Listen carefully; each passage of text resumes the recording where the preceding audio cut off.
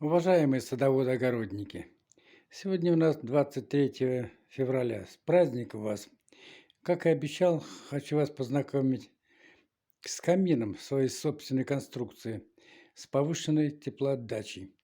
Секрет, конечно, заключается очень простой. Если вы обратите внимание на верхнюю трубу, вот у нас труба, то здесь вот у нас имеются так называемые вентиляционные каналы. Вот один канал вентиляционный, второй вентиляционный канал, третий.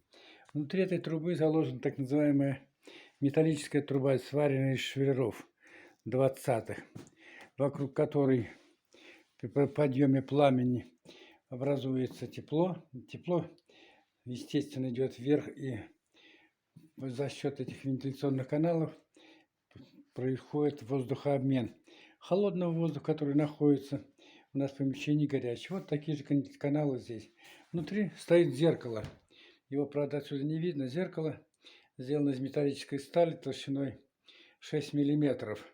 Оно установлено под углом определенным для того, чтобы сидеть возле камина на расстоянии 1,5 метра. И лучи отраженные входили как раз, обогревали как раз ноги, если вы сидите в кресле. Поэтому вот такая вот у нас с вами